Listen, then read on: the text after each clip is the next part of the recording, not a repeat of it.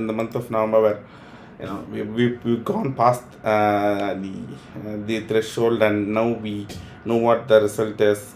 That CPR and Target 2 both will go live in March 2023, which is like a breather for a lot of banks who are not ready yet.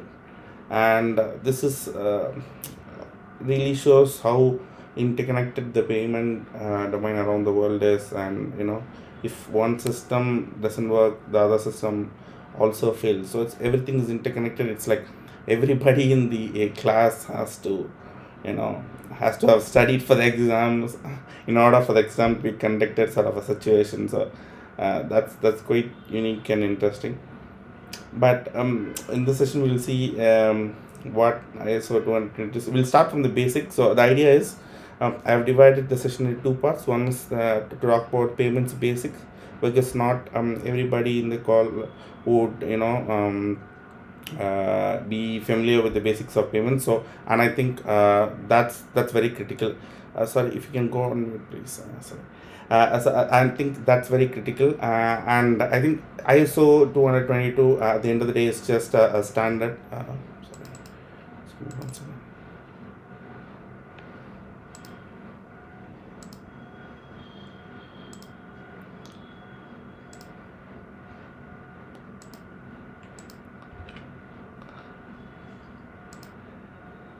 Yeah, ISO 222 is just a standard, right? So today it will be ISO 222. In 10 years it might be something different. So we never know. But the core payment concepts will remain the same, and I think that's the thing to focus on. And even the core payment concepts that we kindly go on mute, please. Sorry, if you're not speaking. Thank you.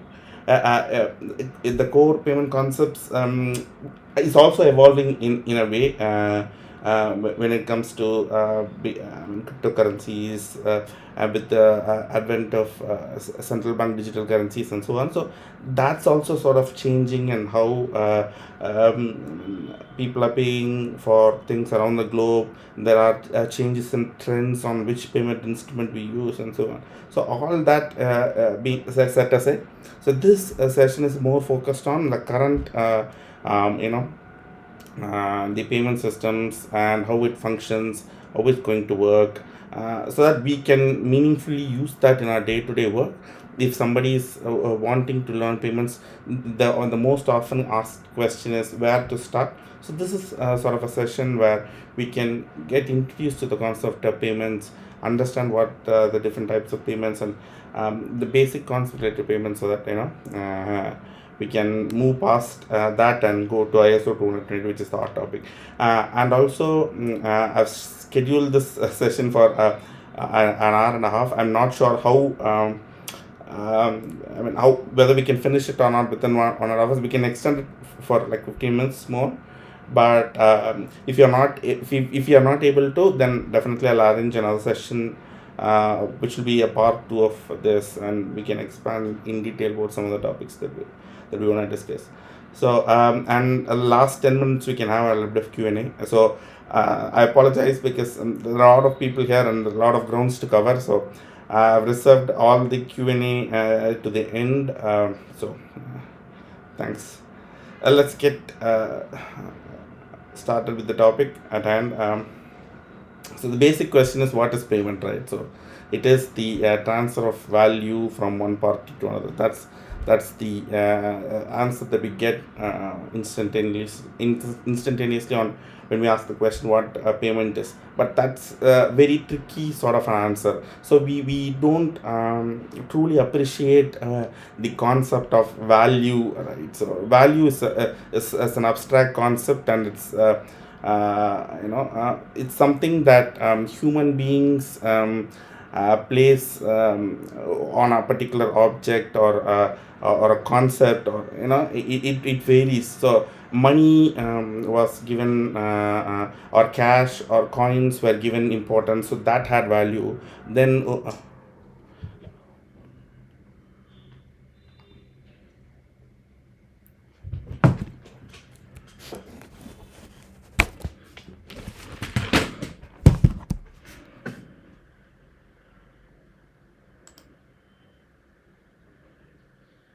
Hello, can you hear me?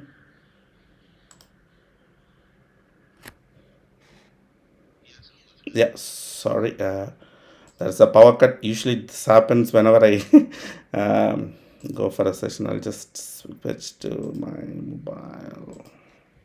Give me 1 second.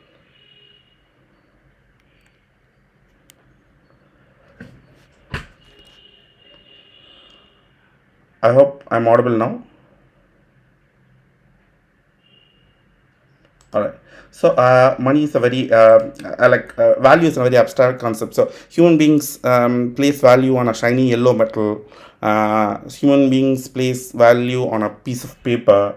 And it varies from situations to situation, and in different contexts different things have value. I've written an article about this sometime back. In US, in the prisons, the cash doesn't have much value because the prisoners cannot buy much stuff with it, but instant noodles has a lot of value because that is edible, that is tasty, that's better than the prison food, and that you can store it, shelve it for a long time. So instant noodles can have a very high value, and a lot of favors. If a prisoner wants a favor from another prisoner, the quotation is given in terms of instant noodle packets. So 5 instant noodle packets, and so on. So you might have seen this in movies, but that's true as well. So payment can be in any form, in different forms, and so on. So the next question is, how do we achieve a payment? So I need to pay someone, and how do I achieve it?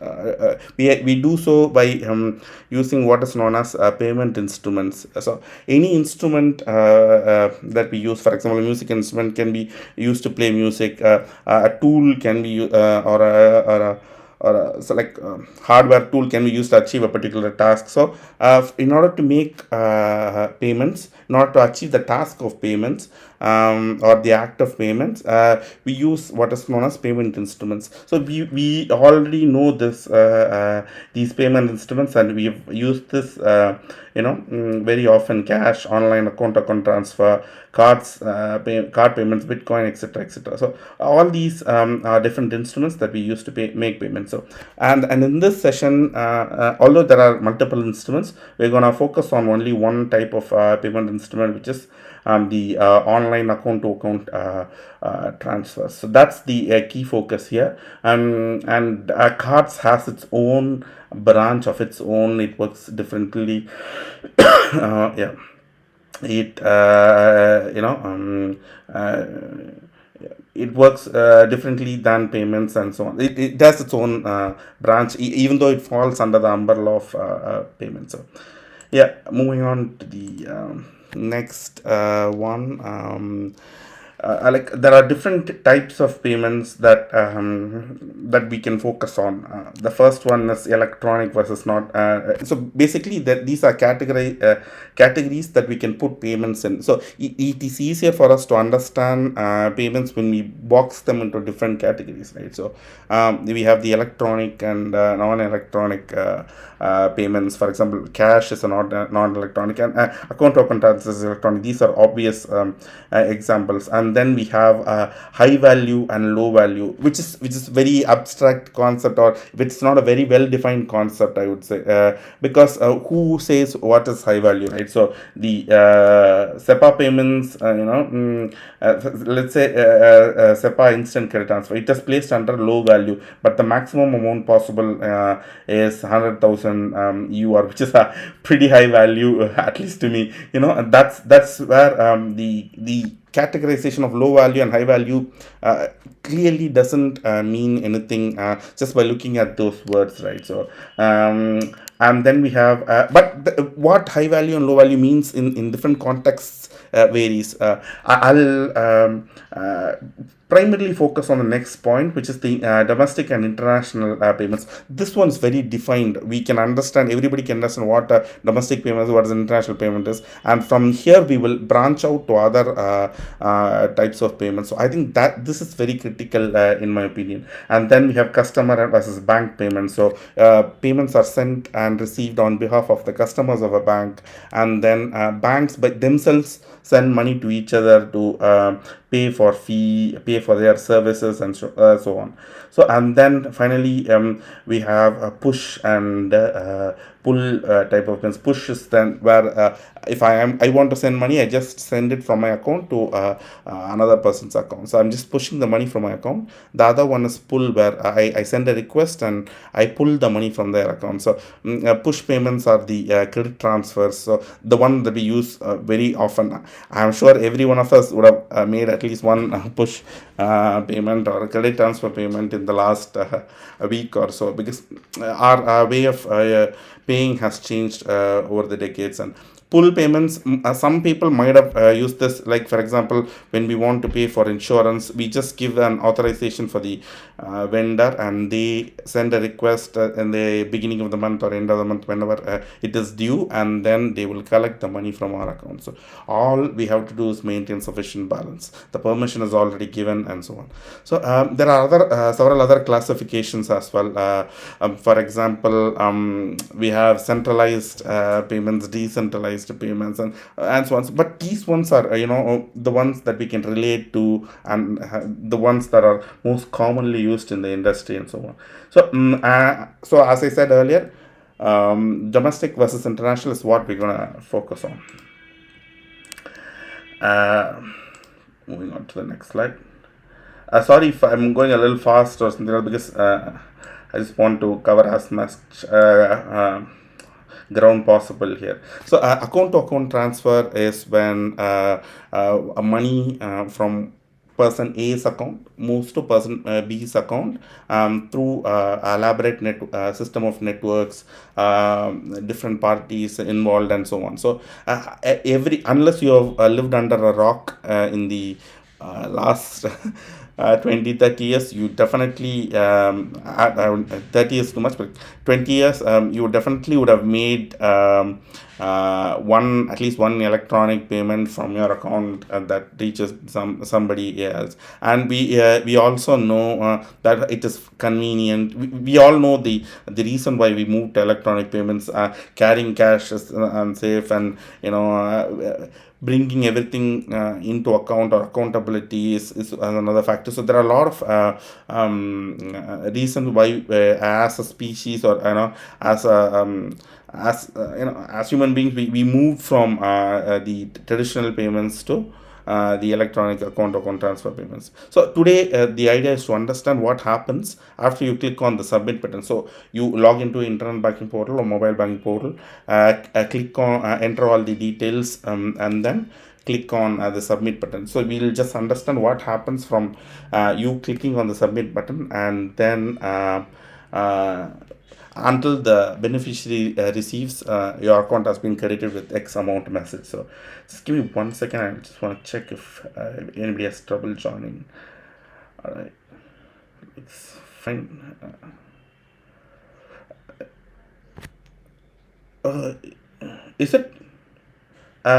is it for everyone, or can others? Okay, I would. Thanks, guys. So, sorry, if you can just try logging in, logging out. Yeah, I think. Thanks. Yeah. Let's continue. So, and it's not exaggeration when we say that the world will come to a stop when people are not able to make payments. We saw this in 2016 when one form of payment was made null by the central bank, India's central bank. I mean, there was a lot of confusion, commotion. I imagine we are not able to send electronic payments as well. It will be a huge problem, and the interesting thing is, it's not very far. It's not a very doomsday scenario. It's very much possible for that to happen in our world. So that's where security and other stuff comes in. But you know. but we understand the importance of payments just by studying the volumes in which payments are being exchanged between different parties, and how they are sending payments. And if we study that data, we can clearly see the shift from traditional payment instruments to the new electronic payment instruments. And This year, I mean, from 2021, it has been a boom in the payments industry. So when I joined payments wasn't really fancy.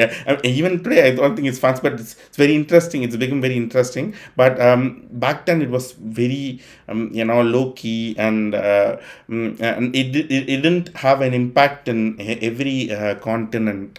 Now that Swift is making the change, target to Australia, Canada, everybody is moving. Even India has explored. The Indian Central Bank has published the some recommendations, and so on. So when the whole world is moving to this ISO 20022, it has brought a conversation. Sorry if you can go on with. Sorry for saying this again, because just for everybody else's convenience. So now that ISO has come into picture, it has made payments into a talking point among people. So and then next is where we can discuss a little bit about payment systems and parties. So payment systems are a set of rules and standards that every party in that system should adhere to, in order to for the payments to function as a whole. So that's basically the crux of a payment system. Payment system is also I would define it just as the set of rules and regulations, and the willingness of banks to adhere to it, and form a system or an ecosystem where banks and customers can exchange payments. So that's basically how I would define a payment system. This payment system might exist between different banks in a particular country, a particular state, a particular region, like SEPA, or it can exist throughout the world as well. And so this payment system has many parties. So we will talk about each of those parties in detail, because those parties are the critical pillars based on which the entire payment system decides. The first one is customers. So I thought I could refer to paymentsdomain.com for this one.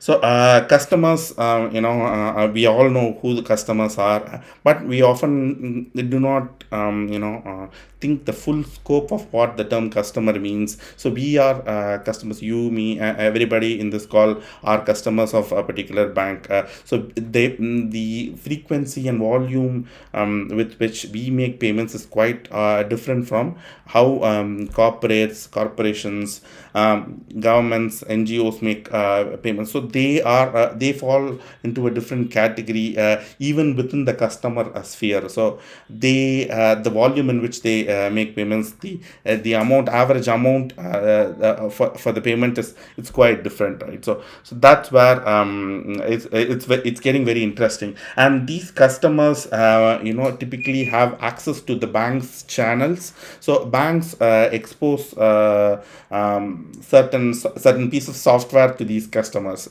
So and these customers can access those softwares either in the form of a browser, a URL, or a website, or in the form of an app. So and they can use those to make payments. Yeah, sorry, I'm just.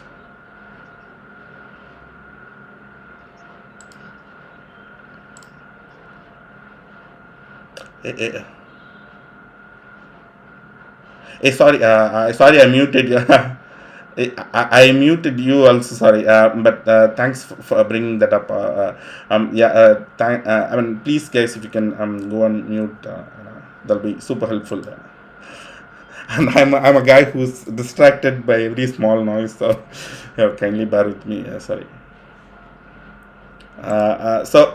These customers can access these bank channels and then initiate a payment or create a payment. So different customers have access to different types of channels. Individual customers will have one or two channel access to one or two channels. Companies will have access to more channels. Like they can directly send in the payment. They can upload a file in a URL provided by the bank, and there are lots of options and lots of varieties there as well. So and there are even among the bank channels, there are two classifications as online and offline. So online is where you sit at home, relax, and then send a payment. Offline is where you go to the bank branch and ask the bank personnel or the branch personnel to initiate a payment on your behalf. I haven't done the very interesting part is like I have never done that, but it is possible, and there are some folks who use it, especially if the volume or the amount of the payment exceeds what you can send through mobile banking network. Again, this varies from company to company. Small and medium-sized companies use this feature of going to the bank counter and making payments and so on. The next party in the payment system would be banks, obviously. So these banks have different names and different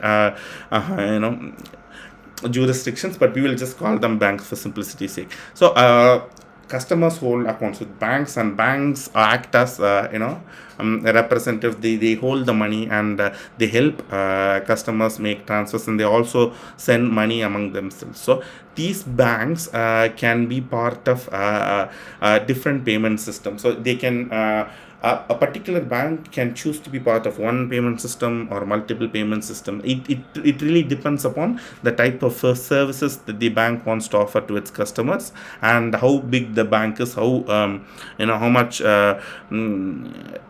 gain it can get out of each of this payment system. If they can join a particular payment system and give access to that payment system, then it means that their customers can also access that payment system, and then in turn they can offer services related to that payment system. So an example that I can give is a bank in India, let's say HDFC Bank, can be part of payment system A, which is the RTG system, and then it can also be part of NEFT. It can even be part of the SWIFT network, which is used for sending international payments. Although technically we cannot call SWIFT as a system, but the concept is, and the underlying concept is well understood. So banks come together, they have a standard, and they send payments to each other. So if you ask SWIFT, they will say that we are not a payment system. We don't offer banking services. All we offer is software and the infrastructure to send and receive messages. That's what they would say. But on a general bird's eye view, we can consider them as a payment system of some sort. The next one is the most difficult one to explain, and I think this is where I think I'll focus a lot of my attention towards. And do not worry if you do not get it in the first go.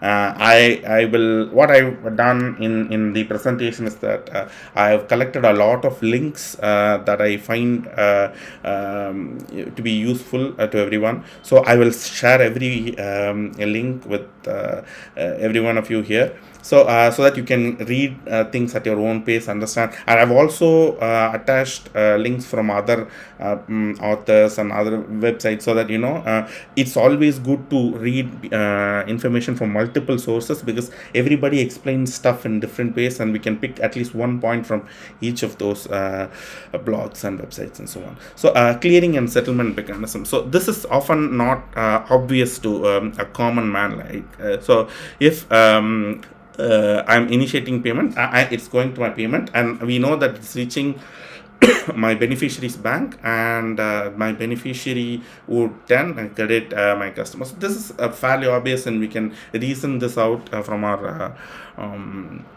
common sense, but the underlying bridge or connectivity between these banks is this clearing and settlement mechanism. So this clearing and settlement mechanism can be split into two different functions. The first one is clearing, the second one is settlement, right? So the if I have to put it very simply, clearing is just ensuring that the payments are fine, ensuring that the payments are in the correct format, and then doing some sort of a netting activity. So bank A sends bank B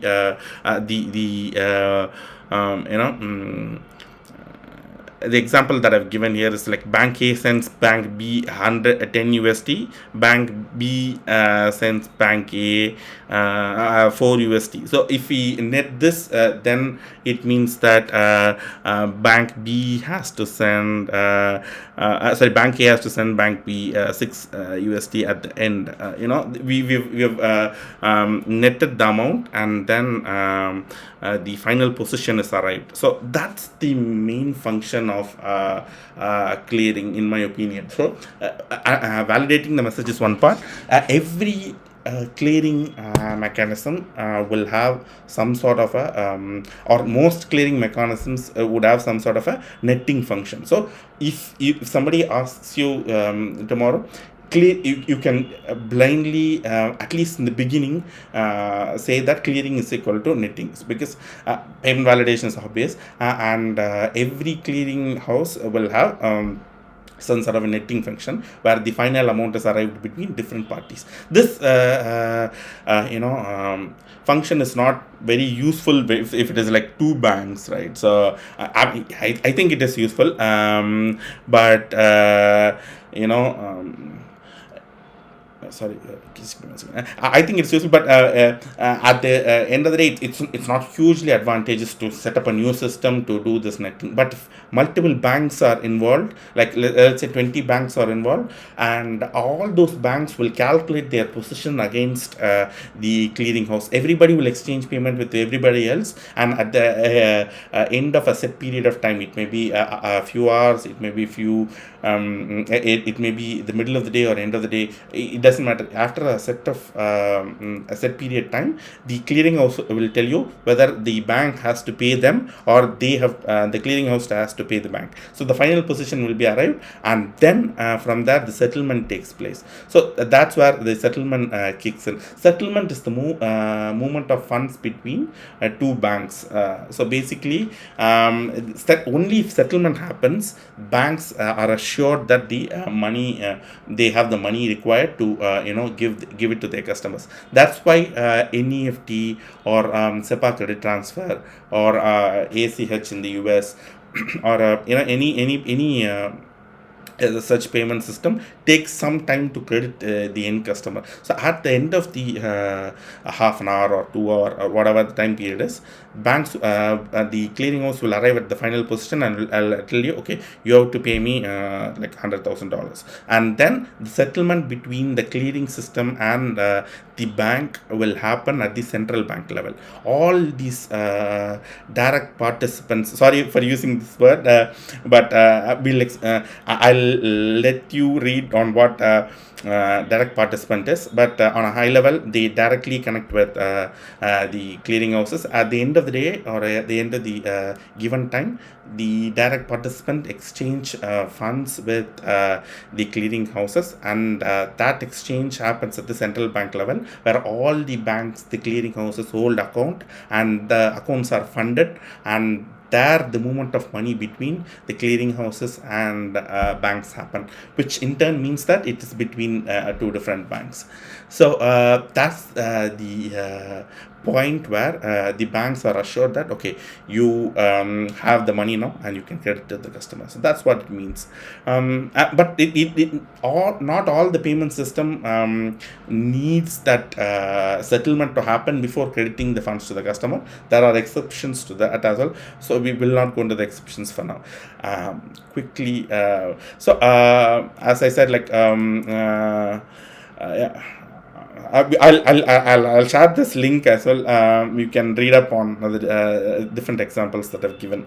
And now we have a very important question and a very important party that not everybody talks about is the third party payment solution providers, right? So these are not fairly obvious as well. So we use different apps, Google Pay in India, UPI, Phone Pay, and I'm not aware of the apps that exists in other countries, but I'm sure they do.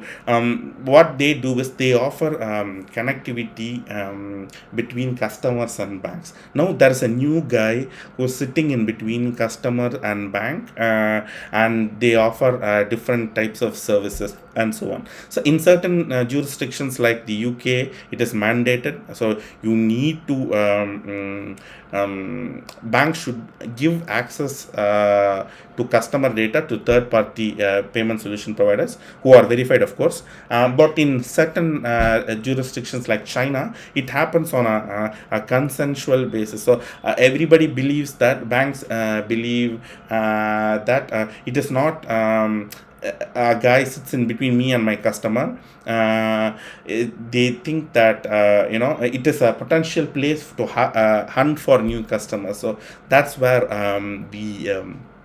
apps come in. So these sit in between the customer and the bank. They offer basically two types of services. One is to initiate fund transfer, and then the other services, like you can go to one app. You can, if you have like 4 different bank accounts, you can connect to all 4 of them, and you can view all the collective balance in one place. So payment initiation service provider, payment account service provider. Yeah, those are terminologies used in specific jurisdictions and so on. But this is the basic concept. And then we finally have the governing bodies. These are very critical. Everything is dependent upon the governing bodies. These bodies take the decisions on what standards to use, which banks should be participant, which should not, which banks can join the payment system, and so on. And again, these are some of the examples that I've given here are obvious. So in India, we have the NPCI and RBI, of course. Every country's central bank will be involved, so I've just left that out. The other examples that I've given here is the National Payment Council of India, the European Payment Council. European Payment Council just defines the standards, but the legal framework is defined by European Commission and the European Parliament and so on. So if you go to the SEPA article and go to SEPA stakeholders, I've talked about the 3 different pillars in which SEPA payments are, SEPA governing bodies can be put into. And then finally we have the SWIFT. So moving on. And then before we dive a little bit into, just give me 1 second, I have a glass of water.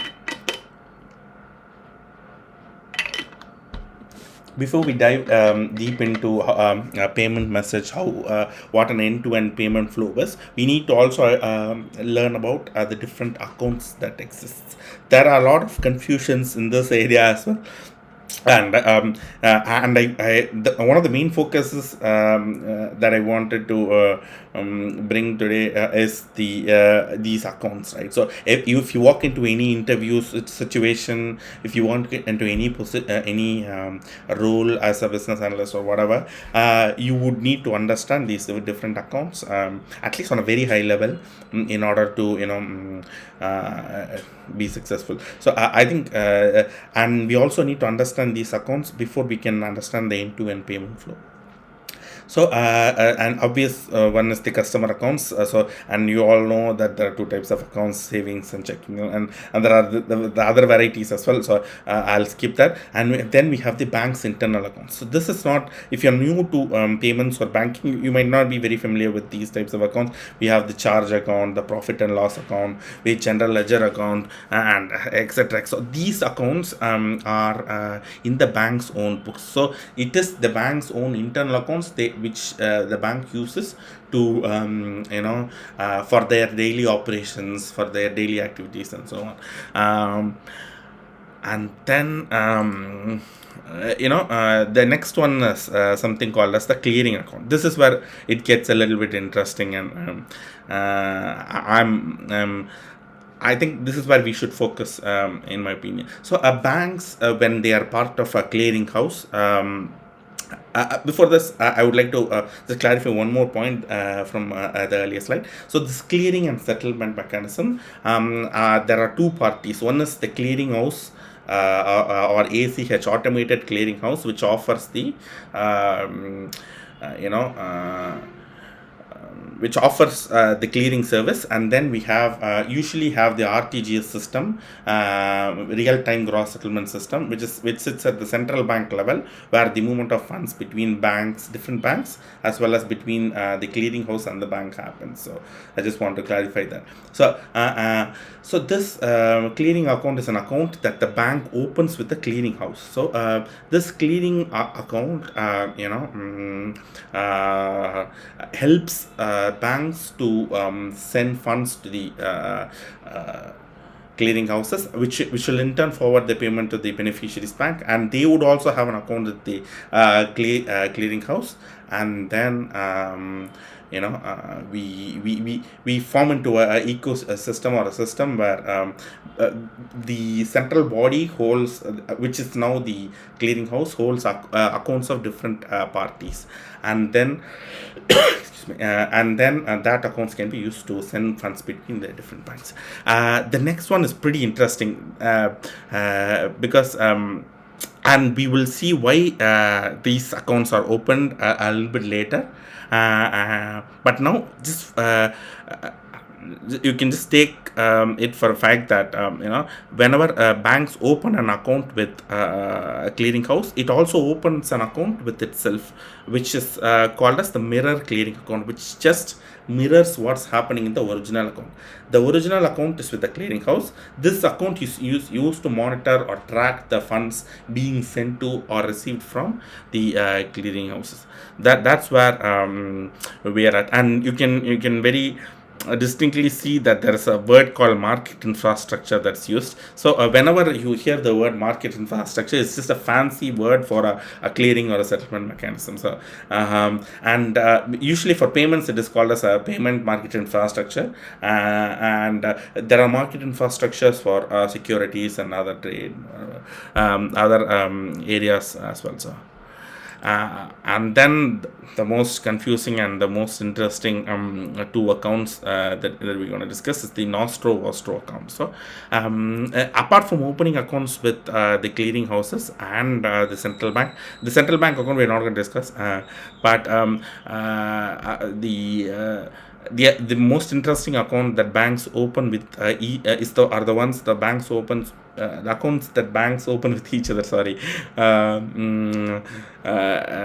So a bank A, let's say Citibank, if it wants to send Citibank US wants to send INR to India, what it will do is it will call up Axis Bank and it will open an account with Axis Bank. So Citibank comes to know, opens an account with Axis Bank India, and then that account from Citibank's perspective is called a Nostro account, and from Axis Bank's perspective is called as a Vostro account.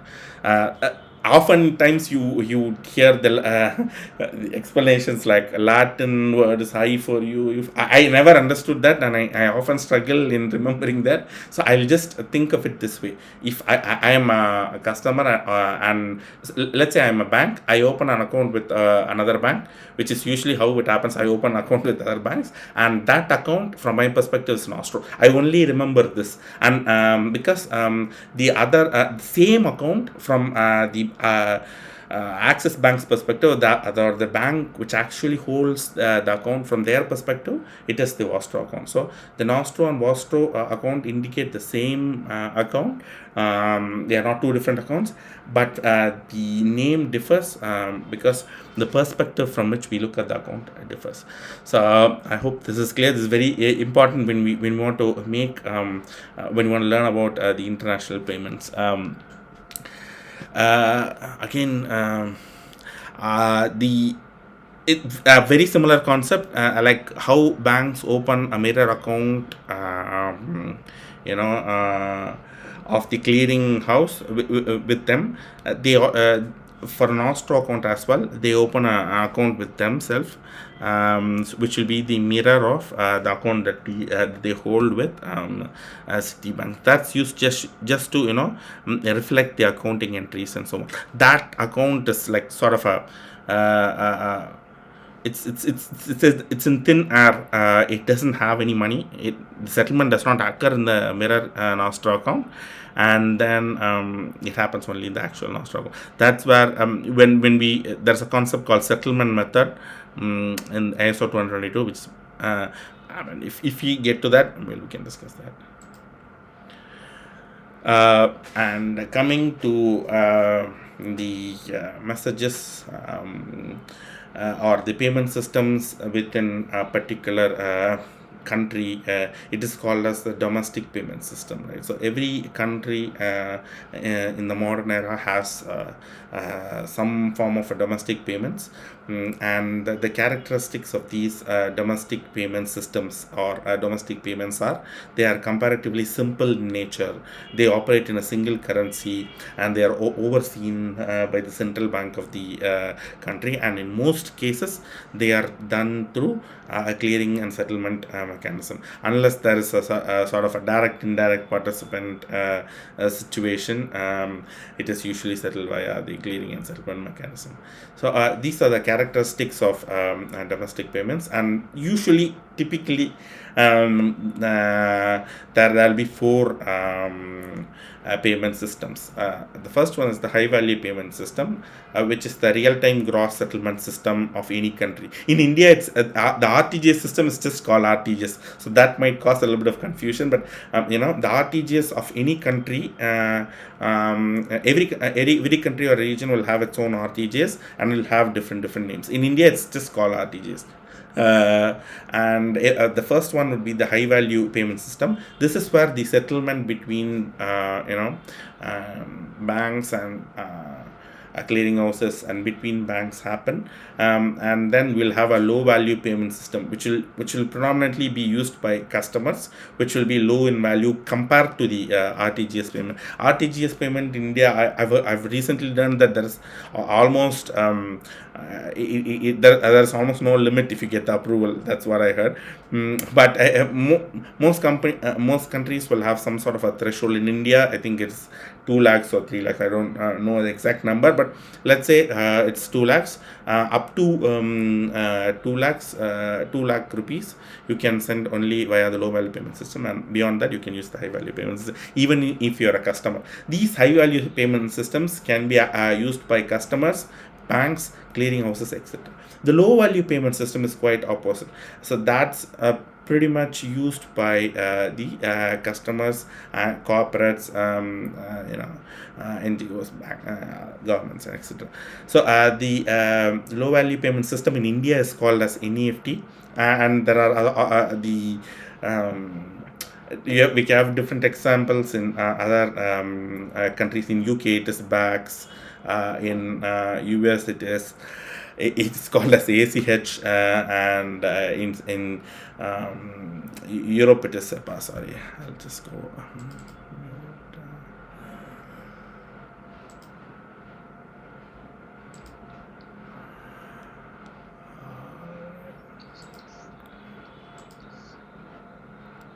Sorry. Can you repeat that? Sorry, if you can you please unmute yourself and begin?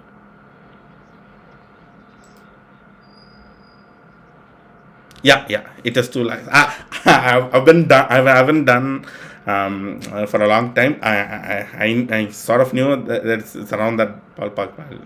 Yeah, thanks. Yeah. So the low value payment system is the NEFT in India, which India is a very, it has 24/7 NEFT settlement, but it's not the case in Europe or other developed economies. And it's usually the settlement cycle happens every 30 minutes. In Europe, it is like 3 hours, 2 hours, something like that. So it varies from country to country, but the concept is pretty much similar. And then the third one is the instant payment system of a country. Sorry, if you can go on mute, please. The instant payment system is where you send a payment, and within a fraction of seconds, or within a maximum of 10 to 15 seconds, the payment reaches the beneficiary, and the funds are actually available to them at the end of that 15 to 16 minute period. So sorry, 15 to 16 15 to 20-second period. It's not that you just send the payment, they receive some notification, and funds are available later. The funds are available to them instantly. And the other point is that some countries have very advanced instant payment system, but some regions which are trying to develop this instant payment system as we see. For example, US, they are still trying to refine the instant payment system. Although there is an instant payment system that exists in the SEPA region, which is the SEPA instant, the adoption is only 25 to 26% in this October 2022, which is quite low. So and it's also expensive today. So, and that's all about to change in the coming years. And coming to the final, payment system, which is the direct debit. So these are, as I mentioned earlier, a pull type of payments. So you issue some sort of authorization to the corporate or someone who you are trying to make payments. It may be bill related, mostly bills related, and they can send some sort of a request to your bank, and then the money gets pulled out. We often use the service for bill payment and paying of some sort of a regular occurrence, regularly occurring payments, but we don't know what the value is and so on. And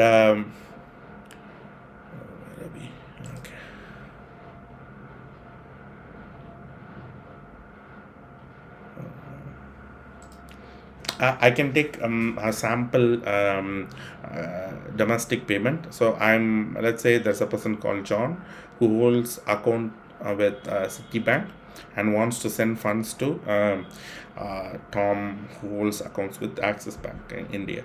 So what would John do is they log into the internet banking portal and they enter different details, who the sender is, what their name is. Usually there are a few obvious standard details that every bank would require in order to initiate payments. For example, name of the receiver, the amount to be sent, the purpose of the payment, the account number, and finally there is some sort of an identification for the receiving bank. In India, it is the IFSC code.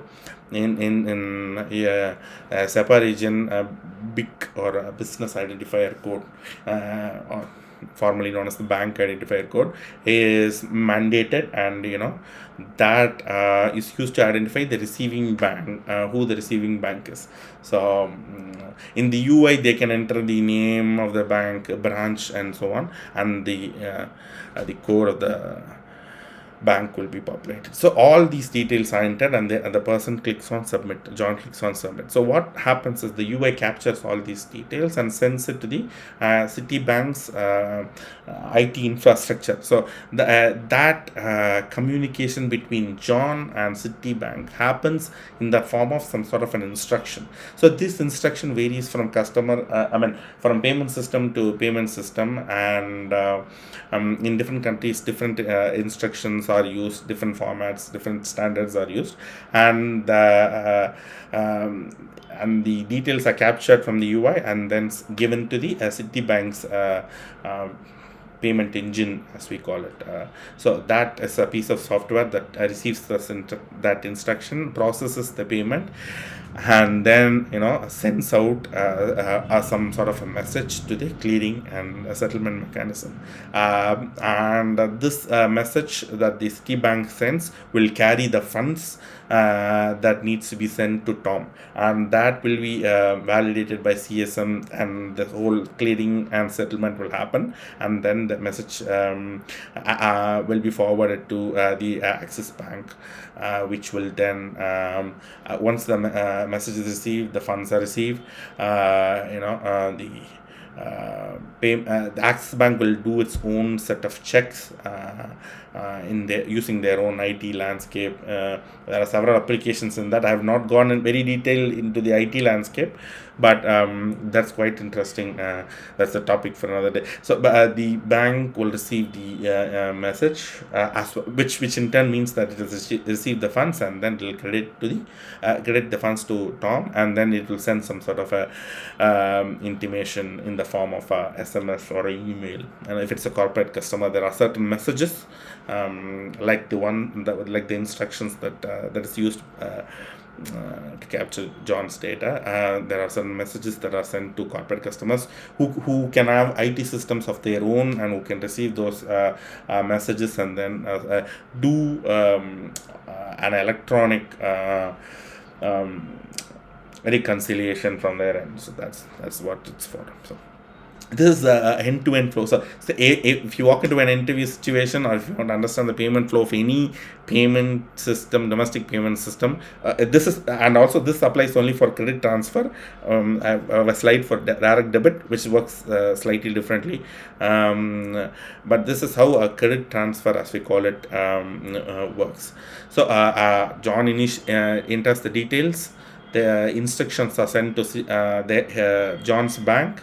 The John's bank processes the payment and sends it to the clearing and settlement mechanism. The clearing settlement mechanism then validates, does the clearing, does the settlement, sends it to the beneficiary's bank, and then the beneficiary's bank, after receiving the confirmation that the funds have been settled, the funds will be credited to the customer. We will see the accounting entries in the next few slides.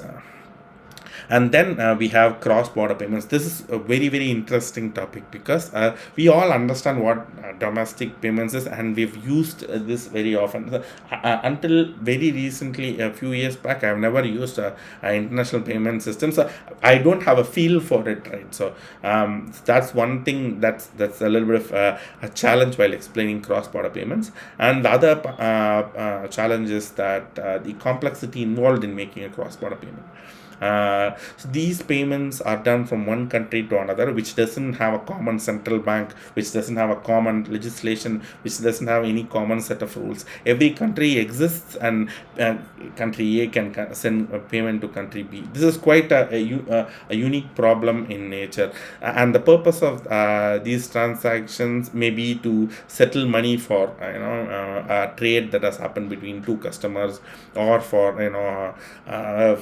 to send foreign currencies to a particular customer, or some sort of a trade, or there will certainly be a reason or some sort of trade situation happening between two parties, which will warrant this cross-border payments from one party to another. And these cross-border payments, although it is used by individuals as well, it is heavily used by corporates who have accounts in different countries, who do business in different countries. That's heavily used. I mean, the percentage of users is quite low in terms of the retail customers. And there are foreign remittances that flow from other countries to India, but that's quite low compared to, at least from the amount perspective, it's quite low than the corporates, what corporates do. And finally, it's complex because it usually involves a forex, and it's cross jurisdiction compliance, so and international sanctions. There are several factors that needs to be validated. So a payment sent from India to US can be in two currencies, right? So in India operates in INR, United States operates in USD. So when a payment is sent from a bank account in India, which is denominated in INR, to a bank account in the US, which is denominated in USD, usually there is an FX involved. Where the FX happens is a different topic, but usually there will be an FX in cross-border payments. And there is also jurisdictional compliance. compliance. So in India, if you receive a payment from a foreign country, if for your into your account, then what you would need is a purpose, some sort of purpose code. Some of you guys who worked in the Indian payments, cross-border payments system might know this. A bank users need to enter, or you yourself need to enter the purpose of the payment. There are a list of codes that the users can choose from, and that code is used to accumulate funds. So the bank A has received X amount of dollars for a recent purpose, yes, and all that has to be reported. So that's the jurisdictional compliance required in India. In US, that may not be the case. In UK, it might be different. So every country will have its own jurisdictional compliance that banks have to adhere to, and this is what makes things pretty interesting. So if you go and try to implement a cross-border payment solution in India, it will be different from how you would do it in UK, and that's one part of the story. The other part is that countries like United States or the unions like the European Union, or even international organizations like the United Nations, often impose sanctions on particular individuals, states, rogue states, or countries and so on. There are different companies. It can be the sanctions can vary between at different levels. So these sanctions, banks need to comply with these sanctions as well. So sanction is basically a situation where like a country like US tells that you should not receive any payments from Cuba, or you should not receive any payments from Iran or something like that. So and the funny thing is, often colloquially, cross-border payments are called SWIFT payments, and that's sort of true in the sense that most of the cross-border payments that happen today in the traditional streams happen through the SWIFT network, which is so it's called as SWIFT network. And in the US, it is also called as wire transfers, because they laid telegraphic wires between in the transatlantic regions. That's sort of different terminologies used for cross-border payments. So, and I struggled with this when I got in my first project. I saw the terminology X-border payments. And after like 3 months of keeping quiet, I finally got the courage to ask what it was. And the X means cross, and then that will indicate that cross-border payments. So if you see X-border payments, it also means cross-border payments or international payments. So how banks then exchange funds between themselves in this cross jurisdiction, this complicated situation, is that they use a particular type of banking that is called as correspondent banking. So through what is known as their correspondence. So let us say I'm a bank in India. And the other important fact to note is that the money from a particular country never leaves its borders in a cross-border payment. So that's the most interesting part. We'll see how it happens in the next slide. But just for now, take it for fact that money never leaves the borders of a country. If a bank in India wants to send money to a bank in USA, what it must do is it must open an account with a bank in US.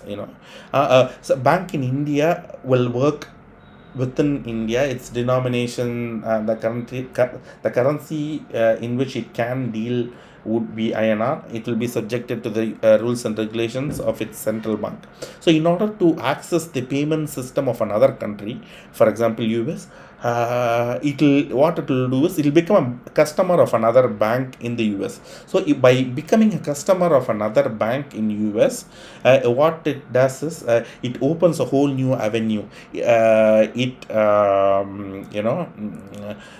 Creates a sort of a relationship between that US bank and them, and when it does so, it has access to the entire US payment system. So a payment a bank in India, by opening an account with a bank in US, will become part of the US payment system, and by funding that account in USD, it will have access to the US payment system. All it needs to do is fund its account, USD account, that it holds with the bank in US, and that bank account can be used to send money to any other bank in the US. That's how the correspondent banking works. So, and when account sorry, sir, was that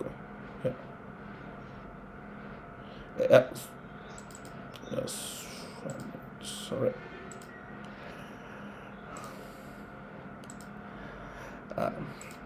And where was I? Okay, the correspondent bank. So bank in India goes to a bank in US and opens an account. Right, the relationship between them is what is known as correspondent banking. So these banks can send messages among themselves. So it can write a message and send it to them. So that's why the word correspondent comes into picture, and they can exchange messages, which in turn result in the exchange of funds.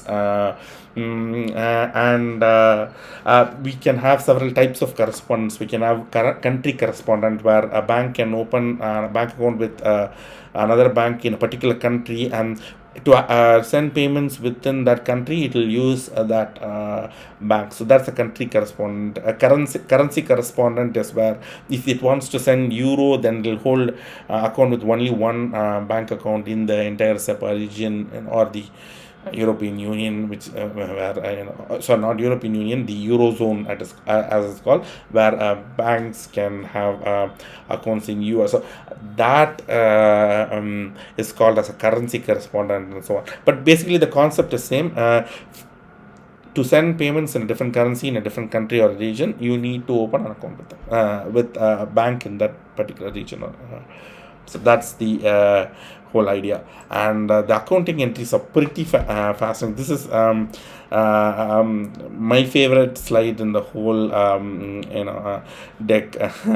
That this is and when I explain this to people who are new to payments, it takes a minute for them to hit what's really happening, right? So and these cross-border payments typically will not have any clearing or settlement mechanism in between. So the exchange of funds between two correspondents happens on a mutual basis and trust basis. The SWIFT network, which offers the technology to exchange messages, will not take responsibility for the settlement of obligations between different banks or different parties.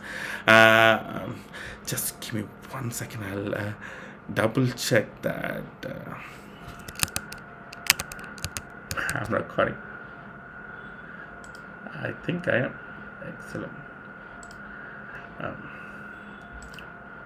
So as I was saying, so this exchange of funds between two banks happens on a mutual basis, and then there is no intermediary. There may be intermediary involved, but there is no central body like a CSM involved in the exchange of funds. So the screen that you see is how a typical international payment would happen.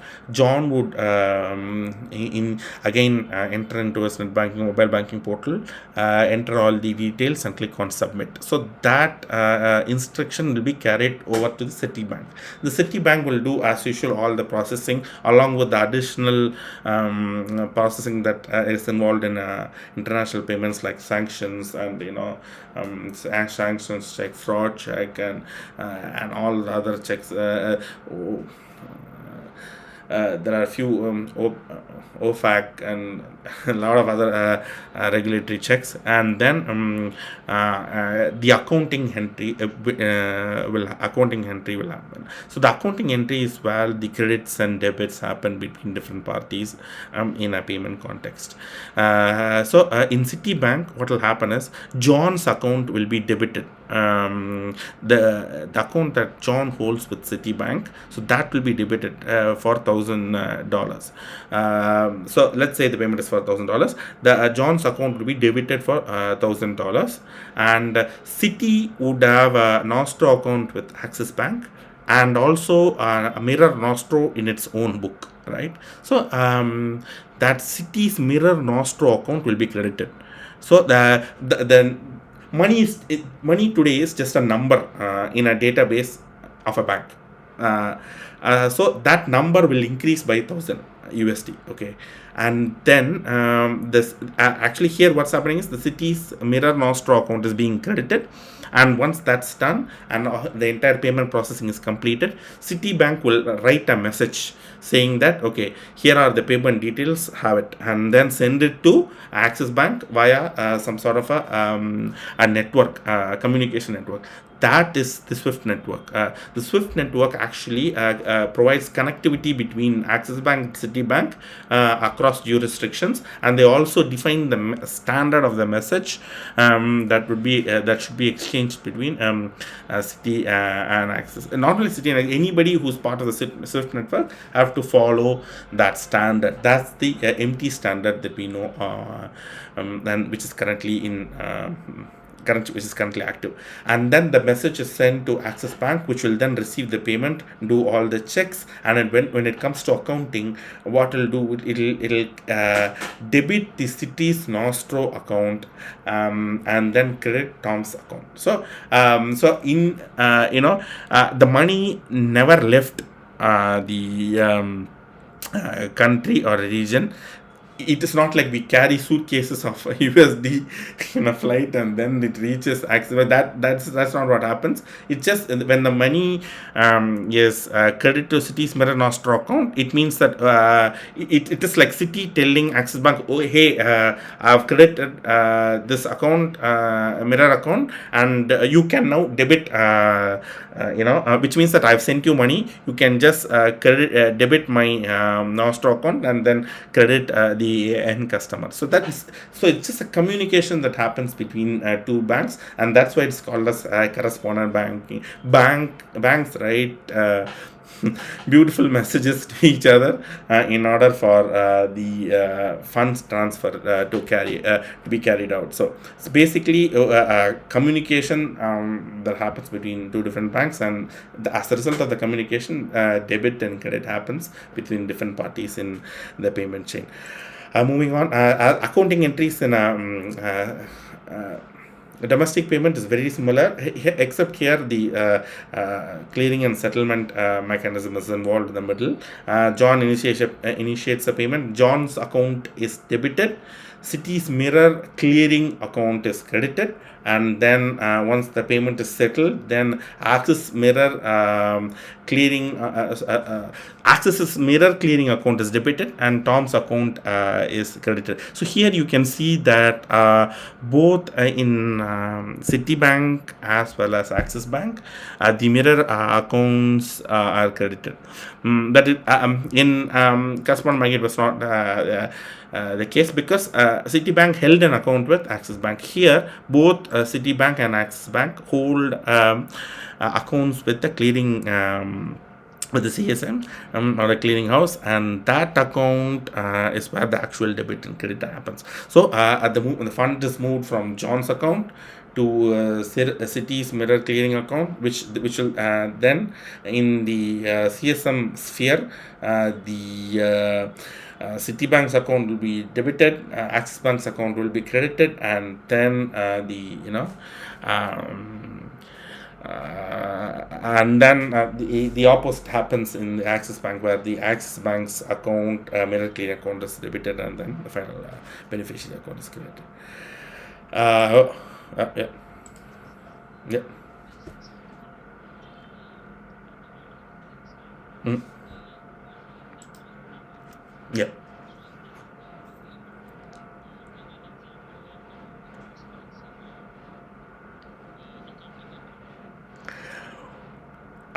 So let's say the John's account is debited 100,000 USD.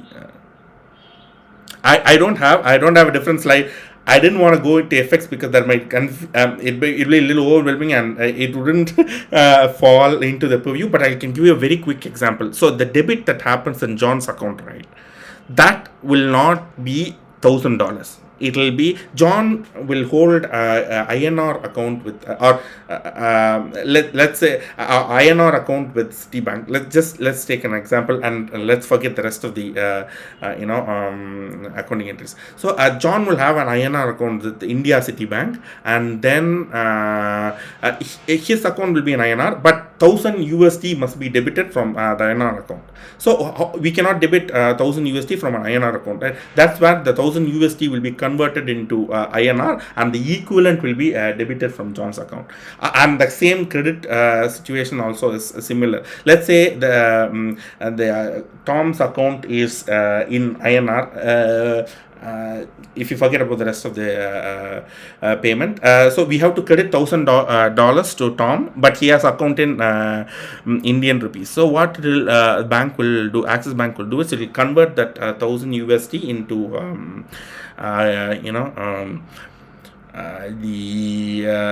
the local denomination, which is the INR, and then it will credit. So that's where the effects will apply. So AFX may apply both in the sending and receiving banks, depending upon how they hold accounts with each other and so on. And the other interesting thing is that the payment currency can be quite different from the debit account currency or the credit account currency. So there's a cross currency situation will happen. So the effects will be applied in both places. I've actually talked about this in detail in the Swift. I think in one of the articles, I'll definitely add a link to that article. How the single current no effects on the debit side, effects on the credit side, and cross currency effects, all those happen. And if you go to the world of effects, it's like complex, like different rates are offered to different customers, and so on. So just to keep things simple, we can just say that whenever a debit is trying to whenever a bank is trying to debit a particular account in a particular currency, and the amount that is trying to debit is in a different currency than the actual account, or if the amount that is trying to credit is different from the actual account, then what it will do is it will make a currency conversion and then to the debit and credit. I hope I answered your question.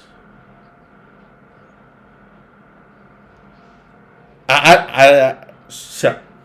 I can do that. Sure. I'll anyway link articles to that, but yeah, no, definitely I can do that. And then, so in the interest of time, I'm just rushing past because we've not even ventured into ISO20022. Direct debits, I'll leave it for self-reading. It's very simple and it's not that difficult to understand. I'll give links to all the and. Moving on, payment messages. So this is so whenever there's a communication happening between one party and another in a payment system, then it will usually involve a payment message. A payment message can widely range from a standard format XML message to a highly proprietary tag oriented message format. So it can vary, and the messages can be broadly categorized into two types or two spaces. The first one is the customer to bank space, or the banks to customer space, aka John to Citibank or Axis Bank to Tom. That's one category. The other one is the bank to bank space, or FI to FI. So this both these are two broad classifications on how the messages will be. So I will also share articles on this. I've written one entire article about I'm not able to open it, but here we have the payment system. So here I've talked about those different types of messages in detail, and also given a few samples as well. So you can definitely revisit that. And then we finally arrive at the anticipated topic in the evening. So ISO 222 is nothing, actually it's very simple. So this banks need to communicate with each other. So it needs a language. I see, and in many of the articles I've read as well, uh, we can see ISO 222 as a language. So today, the international payments use a standard called as MT, Swift MT, which is a proprietary format developed by Swift in the 70s, and that is used to I mean, that standard has to be adhered by all banks and payment systems in order to communicate. So what any standard will have two things. One is semantics, and the other one is called I forgot, I mean, so basically, two things will happen. One it'll tell you what are the fields or tags or elements that must be used, and what is its structure, and the second one is what it means. What it means is semantics. The other one is called I forgot the name. I'll probably add it to the description of the video when I upload it. Sorry. Syntax, thanks. Syntax, yeah, thanks, perfect. Sometimes the brain goes blank, and it's pointless trying to query the brain to find the answer. So thanks, guys. It is like creating a universal language that imagine a world where we all speak the same language. Like, that's what ISO 222 is trying to achieve. This has been attempted by several standards throughout history, which has failed due to several reasons. And I can recommend a very good book as well. I'll add that to the list of reading materials. I'm currently reading. It's very interesting on how these standards evolved since the inception of the global standard like MT. And then all of this failed, and ISO perceived because of the economic situation and political situation, a lot of other factors. So imagine the world where we could all speak the same language. How much hassle could be avoided? So that's what the payment systems are trying to do. So you very well know by now from news and other stuff that Swift adaptation of ISO 200 has been pushed because of Target 2. So which means that there is a heavy dependency between Target 2 and Swift. Target 2 is the RTG system of the European Central Bank, and Swift is the international payments. So how are the two connected? So banks can send payments from different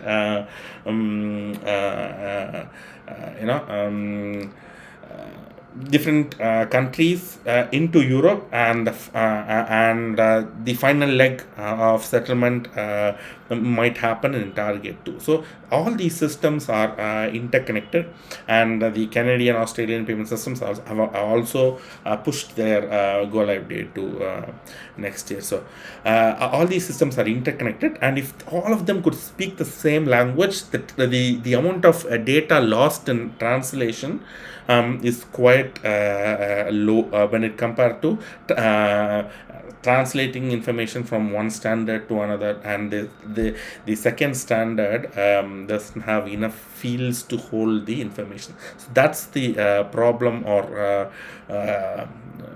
that's the core problem that ISO 222 is trying to solve.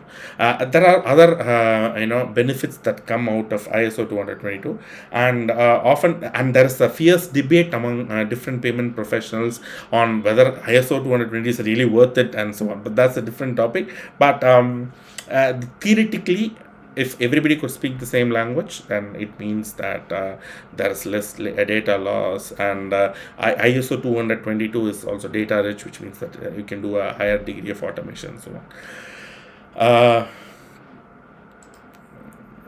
Moving on to what ISO 222 is and is not. That's something that we all need to understand.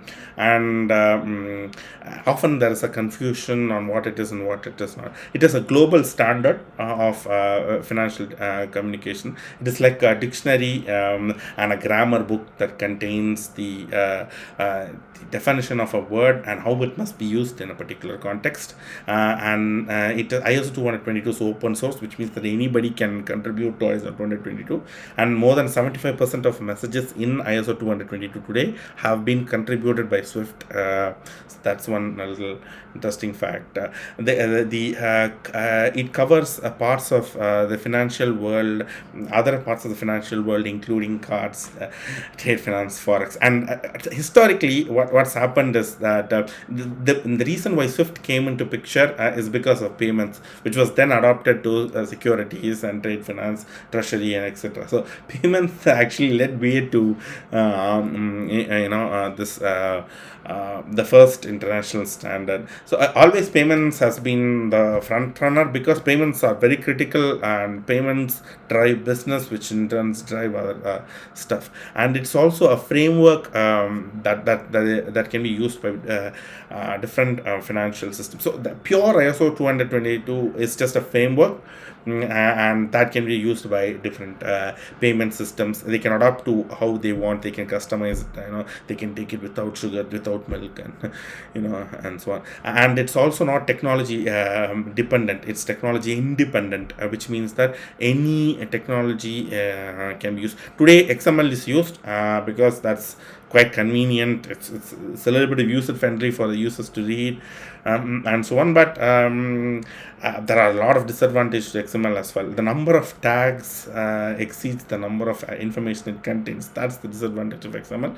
But Swift actually recommends two standards. One is the XML, and the other two technologies in the XML. The ASN.1 is the another one.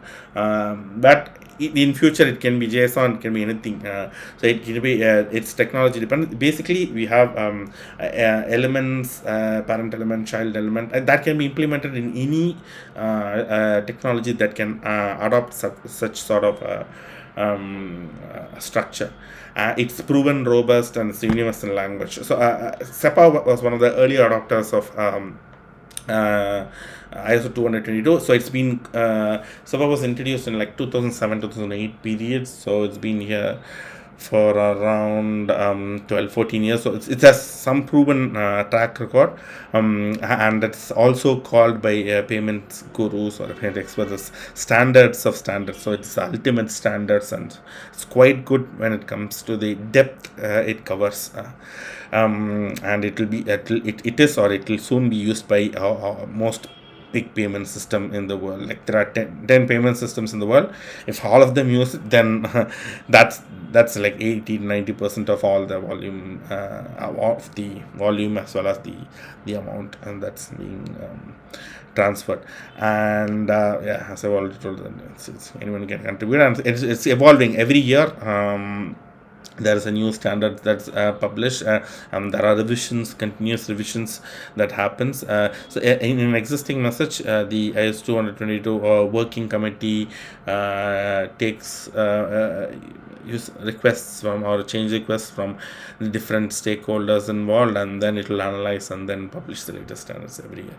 And this is more important than what it is what it is not. That's very key. No, it is not a message type. Often MT is a message type, MX is a message type, but not ISO 222. We'll also try to identify what's the difference between MT and MX, and what is CVPR, or other terms that are thrown. It's not a message type as such. It is just a standard. So that's what ISO 222 is. And it is not a payment system. It is not just XML, and it is not just limited to Swift, MT to MX. There are a lot of adaptations of ISO 2022. For example, the SEPA adaptation of ISO 2022 is quite different, and it is not just for payments. Cards, even cards have ISO 222 standards. In fact, that's one of the big biggest bulkiest portions of the 750 messages. Close to, I think of course 750 messages exist for cards alone, and and a very important thing is that it's not new. It is older than many teenagers, and if it is allowed to drink, it is actually allowed to drink in certain countries. So it's now close to 18 years old. The first standard was published in 2004. So yeah, it's now an adult. And the industry as such has taken 18 years for it to see how it has worked, the proof of concept, and weigh the pros and cons, and then do the adaptation. And it's not just about mapping. Often the most asked question to me is, how does the Swift MT to MX mapping work? That's one part of the story, but it is applicable only for systems which have a coexistence period, right? So if during the coexistence period, both the legacy standards, in the Swift's case it's MT as well as MX exist together in a single space. So that's where the conversion is required. But if systems like Target 2, which is going to take the big bang approach, where they're going to wipe out the empty messages that that they are using today, and just going to adopt empty MX messages, sorry, not MX, the the ISO20022 messages, then there is no MT to MX mapping sort of a situation at all. It is purely an MX situation, unless the banks use MT systems for MT messages to still communicate with the customers, which they strongly which is being strongly discouraged, and which will not make any sense to do that. And just a quick timeline here, I'll let you go through this in the interest of time. I'll skip to this advantages of ISO 200. This is again as most often asked interview question, as well as most often a thing that's slightly misunderstood, not fully understood, I would say. So first one is interoperability, which we already talked about. Two payment systems that exist anywhere in the globe can, when they translate from one payment system to another payment system, it will work smoothly. So it's like an Apple ecosystem. An example that I can give you is it's like Apple ecosystem. Apple Watch connects well with Apple phone. The other watches might not connect as well, right? So that's the example here. And the second one is rich data. ISO 20022 has better quality data because the data is in structured format. Of course, ISO 20022 can also have unstructured data, but you wouldn't fully leverage the advantage of ISO 20022 unless you adopt the structured data in fields like address, in fields like remittance information. All these remittance information is the information that is being transferred by one party to another. If it is structured, we will know what exactly that particular value means, instead of having it in a bulk,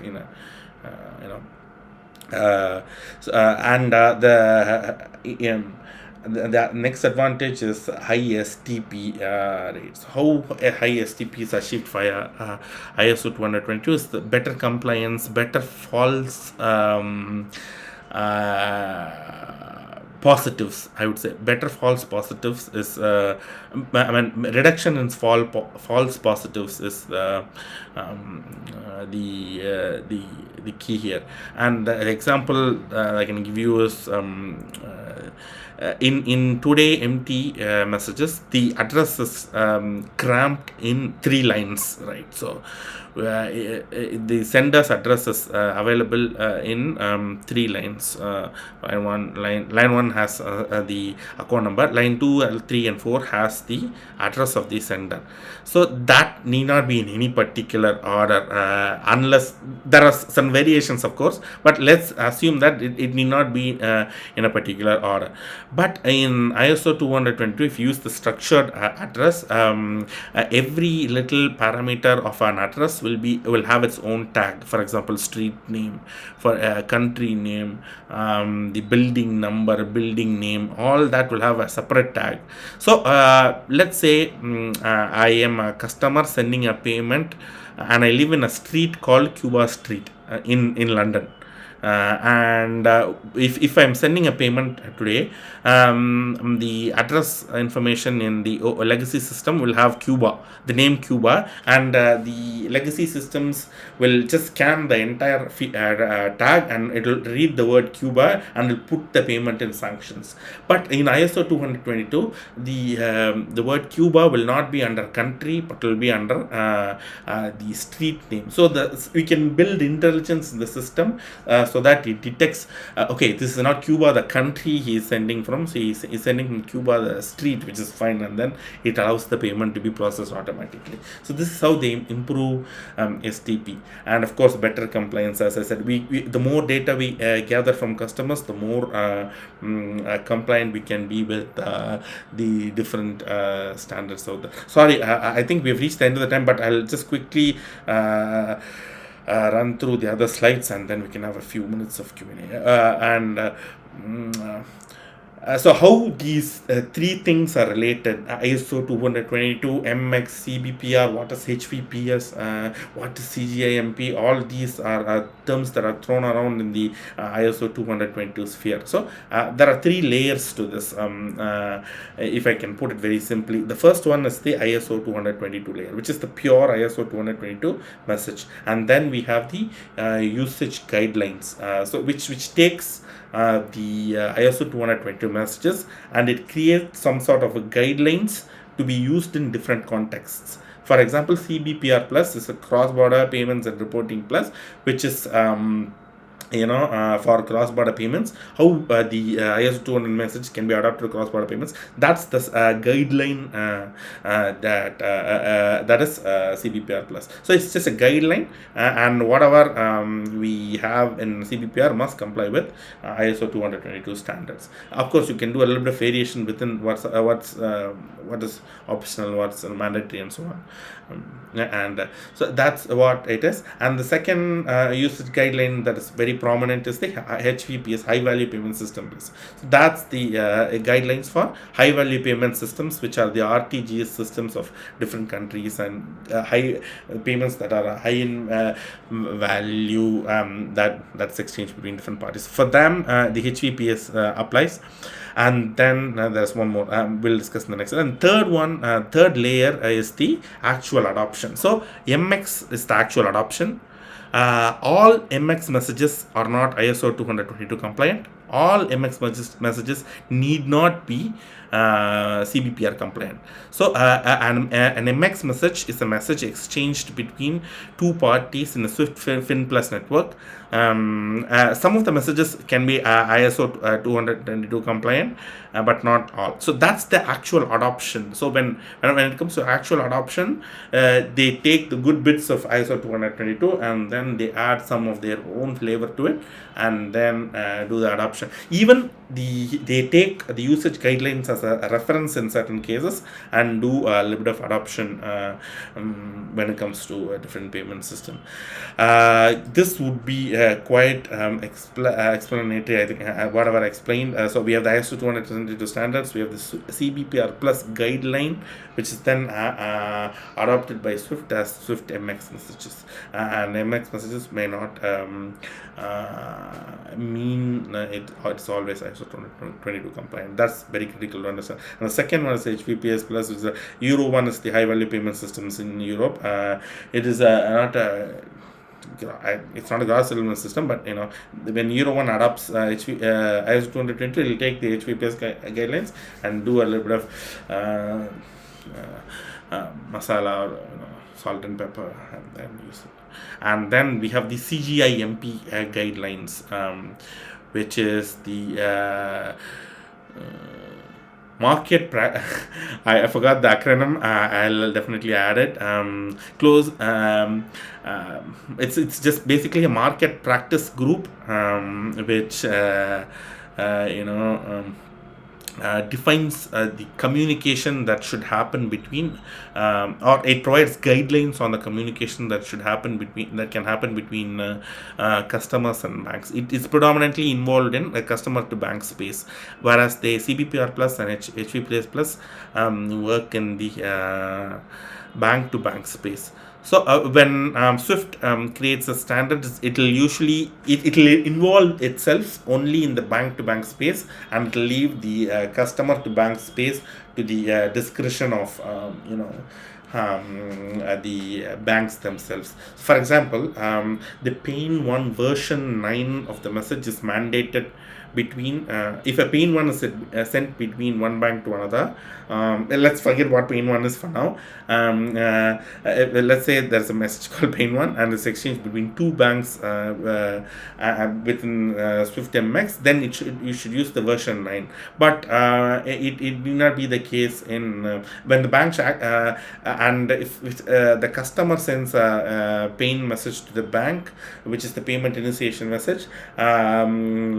It can send version 3 or whatever version it wants, right? So it need not be according to Swift standard, because that's not mandatory by Swift. So that's where we're at. And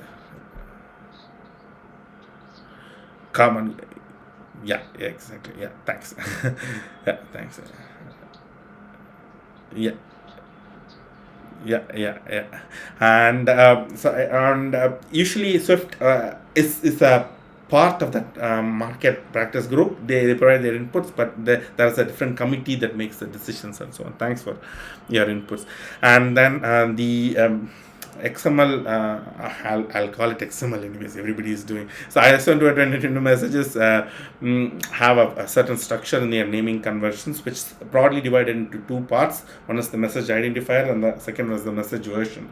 The message identifier can further be split into two parts, which is the business area and the identifier. So the business area and identifier will tell you what the payment message is all about. So business identifier, the example that I've given is the Pane message, which stands for the Pane initiation message. And there are two others, PACS, which is payment clearing and settlement, and then we have the CAMT, which is cash management.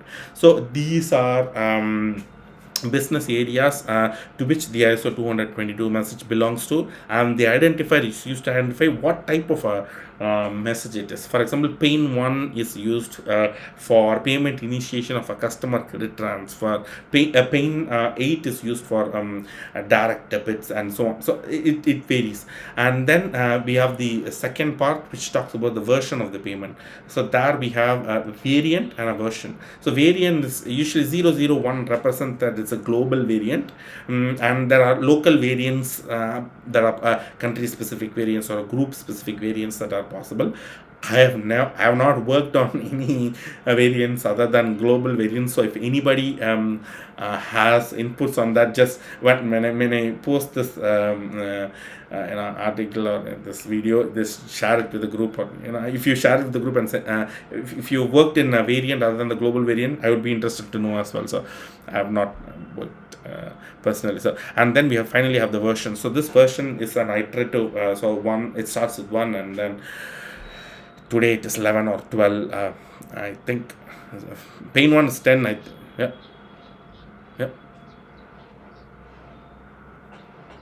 Yeah, we have a Telegram group. It is like I'll share the link.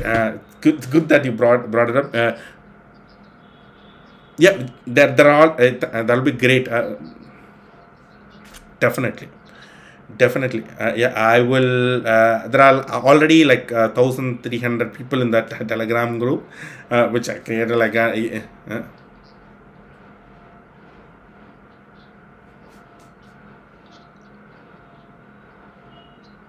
Oh no, oh no. Yeah, I mean, actually, it's interesting that you mentioned that, because in that group is very self-sufficient. I very rarely post in the group, and everybody shares, and I'll definitely add link. You if you yeah,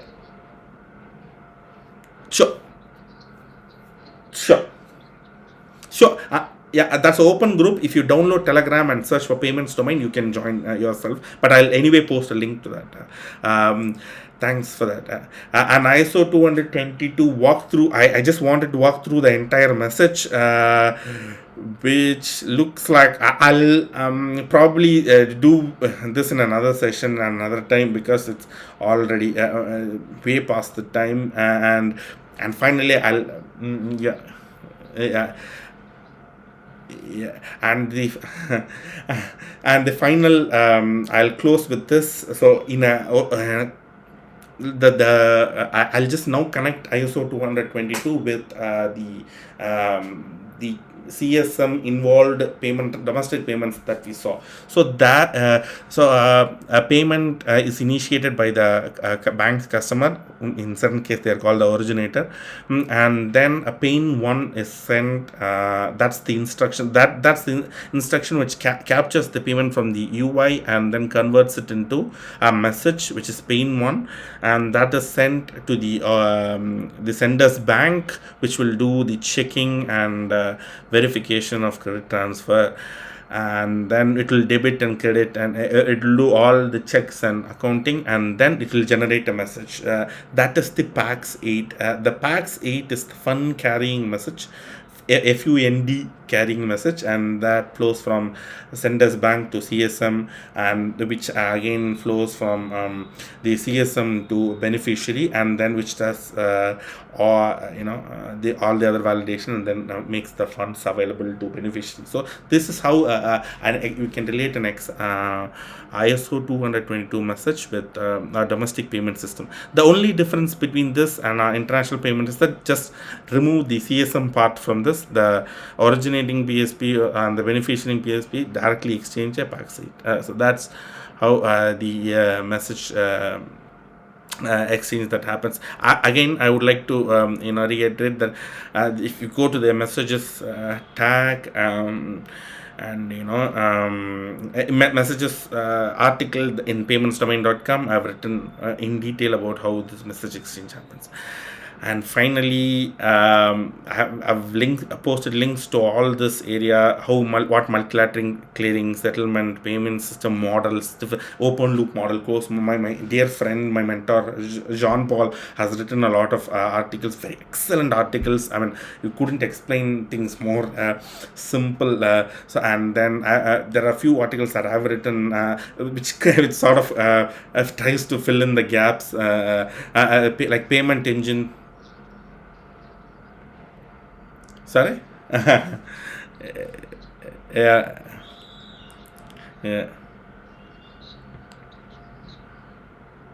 yeah. Yeah, and there's I'll upload this. I'll be uploading this video in my YouTube channel, Payments Domain. I've done an interview with exclusively with him, so he has talked about a lot of different subjects. Yeah, yeah, yeah, and there are yeah. Thanks. And there are other links related to ISO 222. One shout out to myself is that I've written a lot of this stuff and more. I've written a course which is the payments fundamentals course, which is in a website called sharptalents.com. So if you can go there, you can access that course. The chapter 1 and 2 are available for everyone to everyone to view and learn. If you find it useful, then you can take that course. All the other links are accessible by everyone else. So and then finally we have the Citibank mini series, which is quite useful. And if you were very interested, try reading the book ISO 222 for Dummies, which is actually published by ISO 222 and Swift in conjunction. So that's very interesting, and it gives you a different perspective. And for folks who are very interested in MT to MX mapping, you can just click on the German bank's resource. This is the only one that I could find which is accessible to everyone. Here they have provided some sort of a rough guidelines on how you can do the mapping, but again it's quite old. The document is quite old, and if you know any document that's publicly available to anyone, because Swift provides a lot of materials which are not which cannot be shared with everyone. So yeah, this is something that I thought I could put together. And one request from my end would be, just I'll share a small link uh, you know with you guys. If you can just take a few seconds of your time to fill this, it will be a valuable feedback to me, um, uh, uh, so I can plan my sessions better. Sorry, there was a lot of mess that happened this time, and then I realized that we could do a live stream in LinkedIn itself. So I'm quite new to this. Apologies, and apologies if I've spoken too fast. I've not given any detailed explanation on any of the topics. I just want to touch upon the basics, and there are a lot of every link here is a rabbit hole. If you go into one, you will have a question in your mind, which will take you to another set of topics. So I would urge you to question everything, even question everything what I say, and these questions will help me and help yourself as well. So we may not have a lot of time for Q&A now, but I hope you all have found this event via LinkedIn, so you can find me as well. So you can ping me anytime. I'll usually respond within a day or two with the links and so on. So any questions regarding the session you can ask there if you are not able to now, and feel free to just share your feedback. I hope the feedback link works, and because some sorry, okay. Thanks.